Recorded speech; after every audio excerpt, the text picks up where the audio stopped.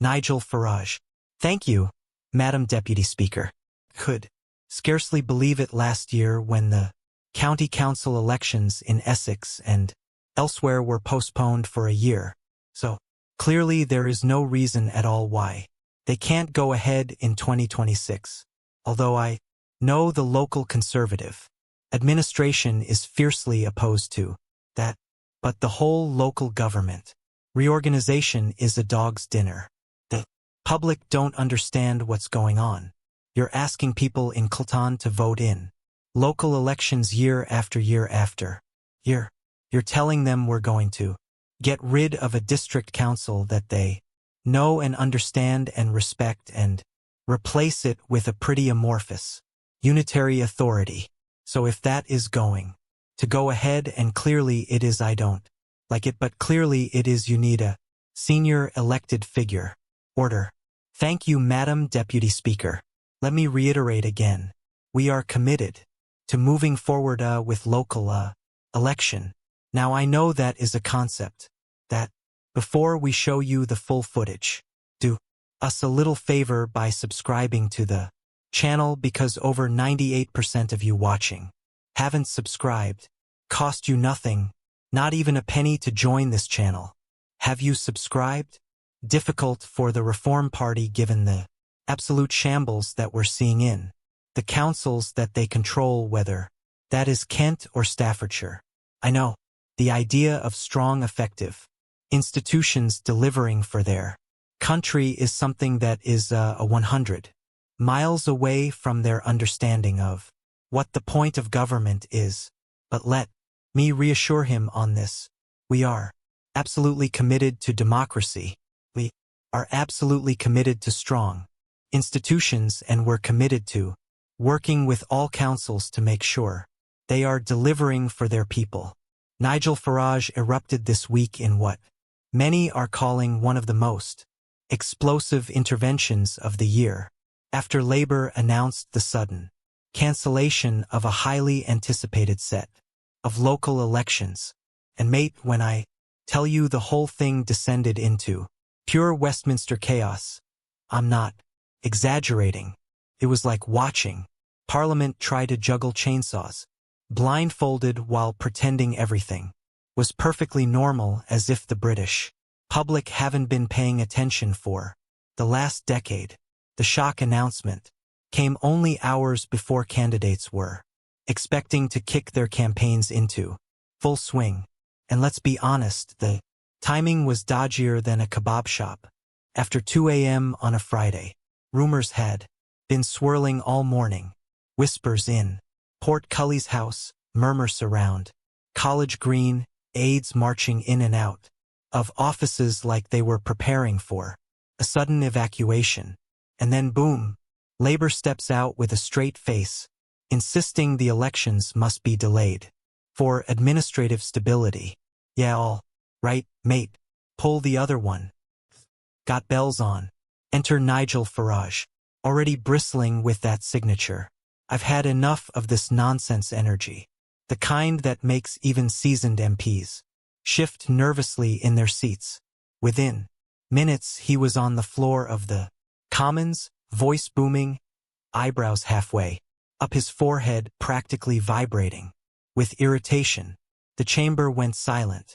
In that way it does when everyone knows someone is about to get verbally dropkicked. Farage launched straight into it. This is a disgrace, an utter shambles. You cannot simply cancel elections because you've mismanaged your internal systems or you're afraid of the results. Democracy does not operate on your convenience.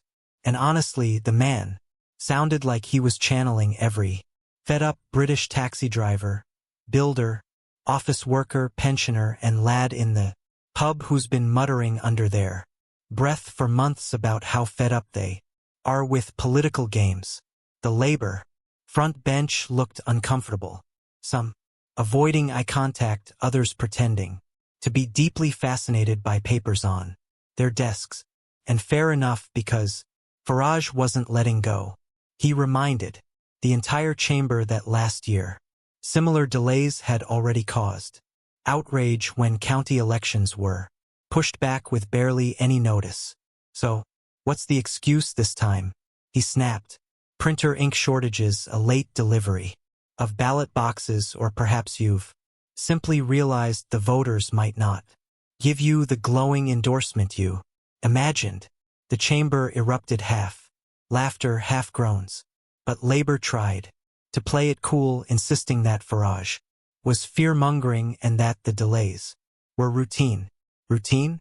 Mate, the country barely gets bin collections on time, and now they want us to believe postponing democratic processes is just another Monday morning chore. Meanwhile, outside Westminster, the reaction was immediate and ferocious. Within hours, social media went wild. Number election shambles was trending on X. TikTok was full of people doing comedic reenactments, and Facebook groups were bursting with furious comments claiming that democracy was being tampered with. You had pensioners recording videos on their sofas, veterans demanding answers, and ordinary families in their cars ranting about how the government doesn't want the public to speak. And woven through all of it was this sense of creeping disbelief at how casually the announcement had been made. If you'd blinked, you would have missed it. No detailed statement, no press conference, no explanation beyond the usual Westminster waffle. Felt like the political equivalent of someone knocking your pint over and then insisting it was your fault for putting it on the table. The next twist came when rival MPs jumped into the mix. Reform MPs blasted Labor for pulling a fast one. Conservatives acted shocked, even though half the country remembers they've been caught in similar storms themselves. The Lib Dems were outraged in that sort of polite, theatrical way only the Lib Dems can manage. And then activists from across the political spectrum began organizing flash protests with signs reading, "Democracy delayed is democracy denied," popping up in dozens of towns. By sunset, for a country that loves a quiet moan more than a row, Britain suddenly rediscovered its appetite for political drama. Farage, meanwhile, kept the pressure on. He didn't just criticize, he went for the jugular. "You are trampling on the British people," he thundered, pointing straight at the front bench. "People who follow the rules, pay their taxes, keep this country running, and you repay them by canceling their right to vote because your paperwork isn't finished." Unacceptable. His outrage resonated because it tapped into something deeper, that simmering frustration with elites who always seemed too busy managing their own careers to bother with the people who put them there. Things only escalated from there.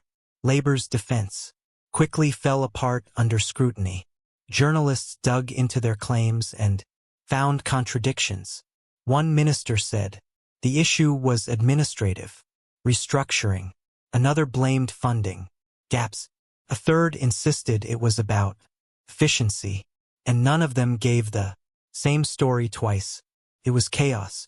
And within hours, international news outlets picked it up. Headlines in European papers raised eyebrows about the UK delaying elections for internal political reasons. Even American pundits who have their own election drama weighed in with shocked commentary like, "Britain, what are you doing?" In Brussels, questions were asked about whether the UK's democratic processes were weakening. In Australia, political analysts debated whether similar concerns could arise in their own systems. And all the while, Farage continued to hammer his point home. If you can delay elections once without scrutiny, what stops you from delaying them again and again and again? The rhetorical weight of it hit hard. Echoed across newsrooms, podcasts, pubs, and family WhatsApp groups. And here's where it gets even more surreal. Internally, Labour MPs were reportedly split. Some believed the cancellation was a catastrophic misstep. Others claimed it was necessary to reset and streamline the system. Insider leaks described frantic meetings lasting late into the night, aides arguing in corridors and panicked WhatsApp chats, trying to work out how to contain public anger. And all the while Farage was posting video after video, each one racketing up millions of views, each one pushing the narrative harder. He framed the moment as a fundamental test of British democracy. The government works for us, not the other way around, he insisted. And if they forget that, we must remind them. The tension hit boiling point when a leaked document circulated showing that several councils had warned Labour weeks ago that they weren't prepared for a sudden change in scheduling but were ignored. Labour denied it, naturally calling it misinformation, but the document's authenticity was confirmed by multiple sources by morning. At that point, it was impossible to spin. The atmosphere in Westminster grew frostier by the hour. Then came the climax, a fiery exchange in the Commons where Farage accused Labour of dodging accountability and running scared of voters. Labour's response, they tried to hit back by mocking Farage's own party, claiming that reform has no understanding of strong institutions, but it fell flat. Not because the jab wasn't sharp, it was, but because the public mood had already hardened. People didn't want banter. They wanted answers. Why was their vote postponed? Why were decisions affecting millions being made behind closed doors? Why did everything feel like a last-minute scramble? By the time Farage finished his final speech of the day, the Commons was buzzing, the country was seething, and Labour was scrambling for damage control. Some MPs reportedly urged the leadership to reverse the cancellation immediately. Others insisted they must stay the course or look weak. It was political paralysis, disguised as leadership, and the public saw straight through it. And now here we are with Britain caught in the middle of yet another democratic tug-of war. The government trying to stop the bleeding, and Farage riding a wave of momentum that shows no sign of slowing down. The chaos has exposed deeper fractures: trust in institutions, belief in accountability, frustration with endless political drama. People are tired of excuses. They're tired of surprises that affect their rights. They're tired of being told everything is under control when it clearly isn't. So here's the reality. Whether you love Farage or can't stand him, his eruption struck a chord because it screamed a truth many Britons feel in their bones. The country deserves transparency, not tricks. Leadership, not panic. Democracy, not convenient cancellations. And unless Labour can provide real answers, not flimsy excuses, this controversy isn't just going to fade away. It's going to grow, spread, and reshape the political battlefield. Now the question lands in your lap. What happens next? Will Labour backtrack and reinstate the election? Will Farage capitalize on the chaos and rally even more public support? Will the voters turn this moment into a turning point, or will Westminster bury it under another week of headlines? But the biggest question is this: how many times can British democracy be pushed before pushes back? Let me know what you think in the comments. Was Labour right, or is this a full-blown shambles? Should elections ever be postponed? And do you trust any party to handle democracy properly anymore? Drop your thoughts below. Smash the like button. Share this video so more people see what's going on. And don't forget to subscribe for more breaking UK political stories.